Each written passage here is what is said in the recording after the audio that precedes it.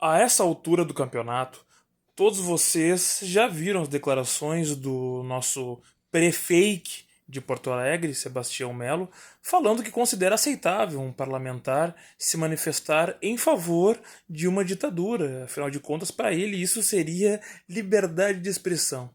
Bom, eu resolvi aproveitar essas palavras do Melo e me transportar com vocês para um lugar onde nós podemos refletir bem sobre essa questão. Vocês conhecem esse lugar aqui? Isso aqui é um monumento em homenagem a Raimundo Manuel Soares. Fica aqui em Porto Alegre esse monumento.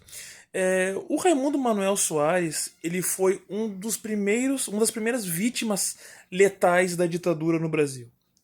Esse monumento aqui ele fica aqui em Porto Alegre, cidade, aliás, essa onde também vive o Sebastião Melo.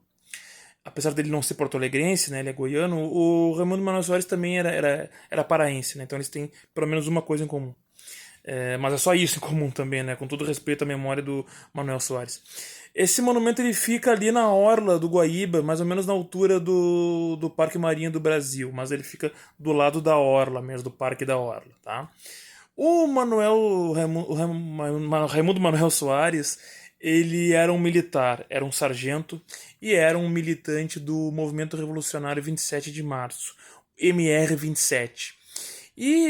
Por ocasião do golpe militar, ele foi perseguido, né, dentro da caserna, perseguido pelos militares, porque naquela época, ao contrário do que o Melo faz parecer, naquela época, até mesmo defender a Constituição se tornou algo subversivo, defender a legalidade se tornou algo subversivo. Mesmo dentro do exército, o exército caçou aqueles que eram legalistas. Entre eles estava o Raimundo Manuel Soares. E aí ele acabou vindo para Porto Alegre. Quando foi preso, ele estava ali na frente do Auditório Araújo Viana, ali no bairro Bonfim. E ele foi preso porque ele estava distribuindo panfletos, enfim, pedindo para as pessoas, conscientizando as pessoas com relação ao golpe militar, com relação à ditadura militar que o país vinha sofrendo, né? Em função disso, ele foi preso e foi enviado para Ilha do Presídio, que é um dos lugares de maior violação de direitos humanos que já existiu na história do Rio Grande do Sul. Lá, segundo testemunhas que acompanharam o caso, segundo até uma advogada que lá esteve, o Raimundo ele sofria tortura todos os dias. Todos os dias. Eu repito, ele era barbaramente torturado diariamente. Ele chegou a ficar cego de um olho. Ele foi torturado por semanas. Até que chegou um ponto que não resistiu e acabou vindo a óbito.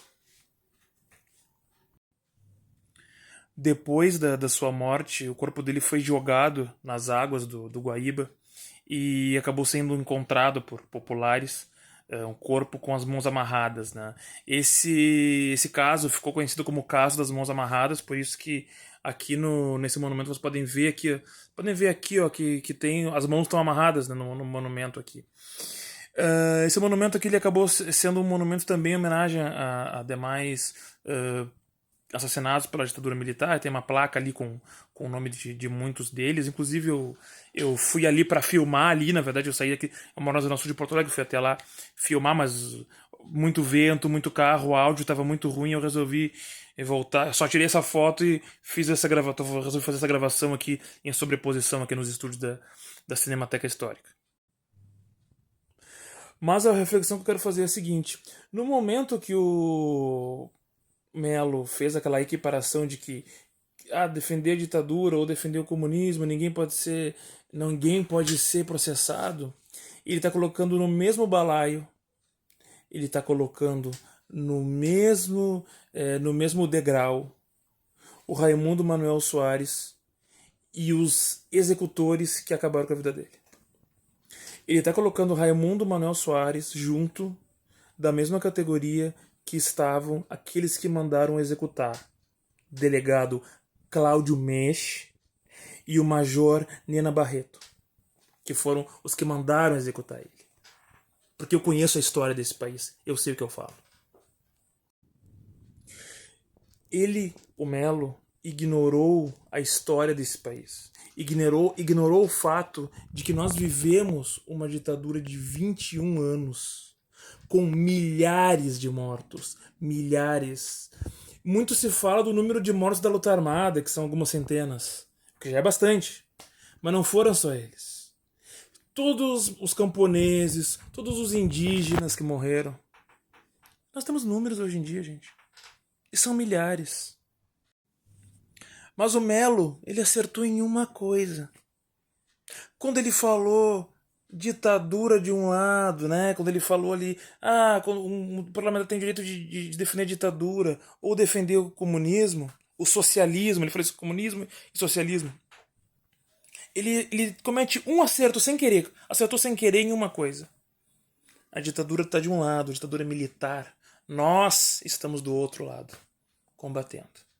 Nesse ponto ele tem razão. Ele até falou que não quer que ninguém seja processado se falar que não acredita na democracia burguesa.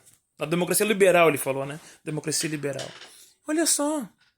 Ele é menos abilolado que os seguidores dele. Ele sabe que nós atacamos essa democracia liberal. E que existem sim outras formas de democracia. Ele mais ou menos sabe disso, até porque o Melo é um oportunista. Ele já tentou ser esquerdista no passado, para quem não sabe. Ele vai para onde lhe convém.